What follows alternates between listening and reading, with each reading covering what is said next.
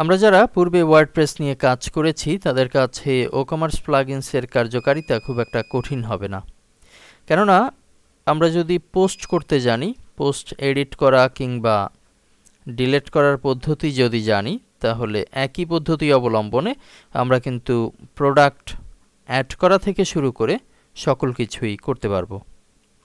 যা হোক, পূর্বের লেসনে আমরা প্রোডাক্ট এডিট করার পদ্ধতি দেখেছি, এ পর্যায়ে জানব প্রোডাক্ট ডিলিট করার পদ্ধতি। ফ্রন্টে আমরা এখানে তিনটি প্রোডাক্ট দেখতে পাচ্ছি, একটি হচ্ছে ফরেক্স ট্রেডিং, পিএইচপি গুরু, এছাড়াও আছে web design hero. Product delete করার জন্য এডিট করার মতোই শুরুতে আমাদেরকে যেতে হবে প্রোডাক্টসে, যেখানে আমরা সকল প্রোডাক্ট একত্রিত অবস্থায় পাব। এই অংশ থেকে আমরা কিন্তু সরাসরি প্রোডাক্ট ডিলিট করতে পারছি না।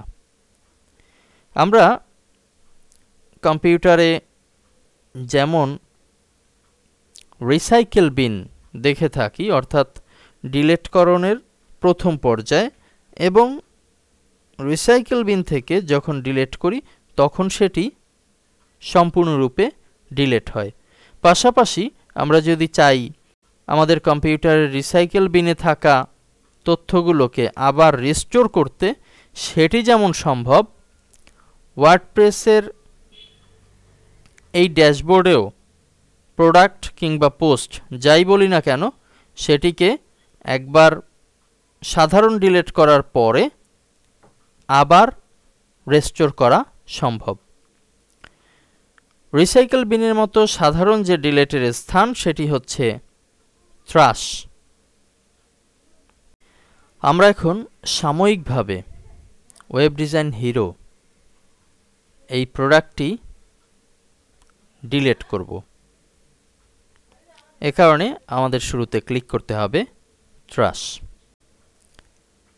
আমাদের পেজটি রিলোড হয়েছে, দেখা যাচ্ছে এই অংশে দুটি প্রোডাক্ট আছে। আমরা যদি উপরের দিকে তাকাই তাহলে দেখতে পাচ্ছি অল প্রোডাক্ট, এখানে আছে 2, পাবলিশড 2, এখানে যা আছে এগুলো কিন্তু পাবলিশড অবস্থায় আছে। ট্রাশে একটি মাত্র প্রোডাক্ট আছে, যেটি আমরা ইতিমধ্যেই করেছি।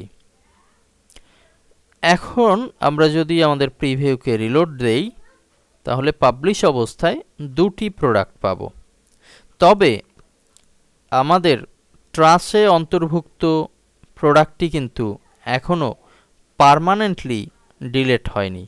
আমরা চাইলে এই অংশ থেকে রেস্টোর করে নিতে পারি। যদি রেস্টোর করি তাহলে এটি আবার সেই আগের অবস্থায় ফিরে আসবে। দেখা যাচ্ছে পাবলিশ, এখানে এখন আছে 3 প্রোডাক্ট। আবার যদি প্রিভিউকে রিলোড করি তাহলে 3টি প্রোডাক্টই খুঁজে পাব।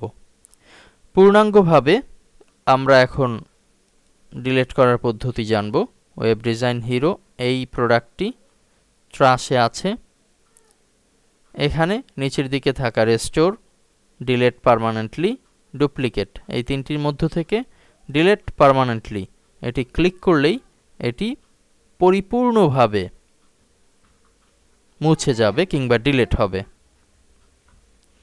এখন আমরা যদি আমাদের প্রিভিউকে রিলোড করি তাহলে কিন্তু আবার সেই দুটি প্রোডাক্টই দেখতে পাচ্ছি।